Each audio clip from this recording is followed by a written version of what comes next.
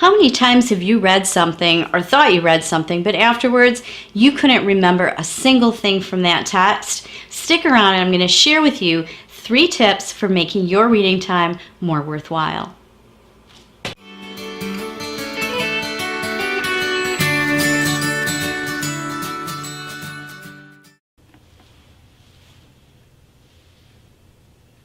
Hey Madison, what are you reading? I guess I'm reading about chipmunks. Well, what are you learning about chipmunks? Well, this book doesn't really say anything. Really? I think if a text didn't say anything, it never would have gotten published in the first place.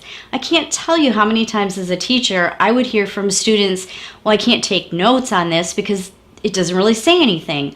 Or I can't talk about what I just read because I don't remember what I just read. Today we're going to talk about 3 approaches that readers, young and old, can use to become more successful and make their reading time more worthwhile. Tip number 1 is to be intentional. Know what you want to get out of a text before you even open the book.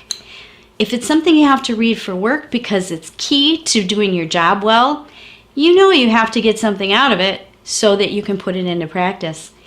If you want to satisfy your curiosity about something, maybe dinosaurs or outer space, you know what you want to learn. You know what you already know, and you know what you want to get out of a text. When we run into problems, though, is when we're given something to read that we have to read. Well, you can still get good information from that text. You just have to be very intentional when you begin reading. Think about this. If you have a whole string of text messages from your friend, you can remember what it says because you want to communicate back to them. If you read through a recipe before you're going to prepare it, you don't get finished reading it and not be able to remember anything. You know pretty much what ingredients you're going to use. You know pretty much if you have to get out a pan or if you have to preheat the oven. Well, if you go into reading information that is assigned to you, but you know what you need to get out of it, then you can get good information from it. So decide before you start reading, what do I need to get out of this? If you have to, ask your teacher, what should I be getting out of this? Your teacher will be able to tell you. You may begin reading now. Okay, so while I read my book, I have to learn new interesting facts about chipmunks. Madison, what are you learning about chipmunks? Well, did you know that one chipmunk can fit 6 chestnuts in its mouth at one time? Really? Did you also know that one chestnut is almost as big as a chipmunk's head? Wow. Did you also know that a chipmunk spends most of its time collecting and storing chestnuts for winter?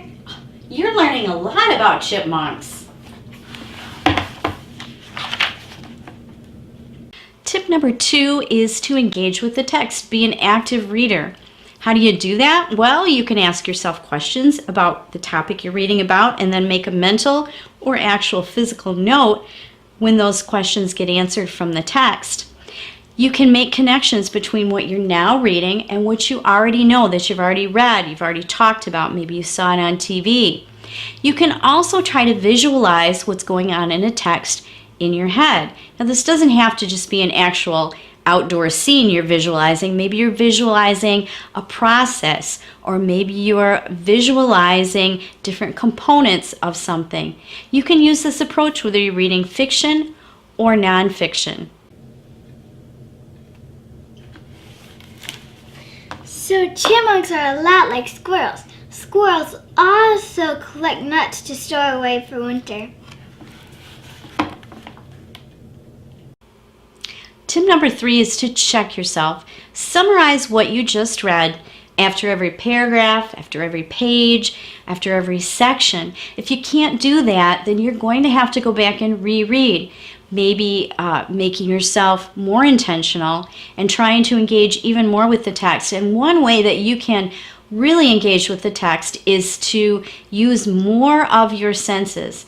That means reading the text out loud, hearing yourself read it out loud, and writing down maybe a paraphrase in your own words about what you just read. That will help you to be more cognizant or think more about what you're reading.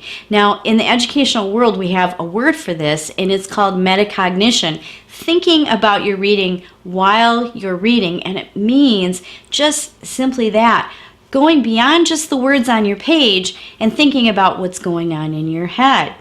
And this is something that you can learn to do if you are very intentional about what you read, if you make sure to engage with the text, and you're continually checking yourself and making sure that you're understanding what you read.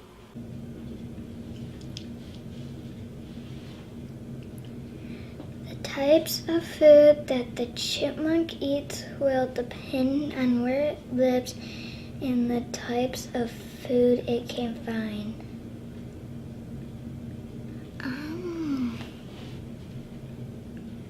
Eventually, if you make a habit out of using these techniques, they're going to become automatic. You won't have to always think to yourself, oh, I have to be intentional, I have to engage, I have to check and summarize. Eventually, you're going to train your brain to do that. That's what happens with successful readers. These techniques become automatic to them, and you will be a much more successful reader, even if it's something you have to read. Oh, and one more thing. If this video was helpful to you, please subscribe and click on the little bell right down here so that you will receive a notification each time I upload a new lesson. And if you also like this video, make sure you leave a thumbs up and comment down below. So we can help you never stop learning.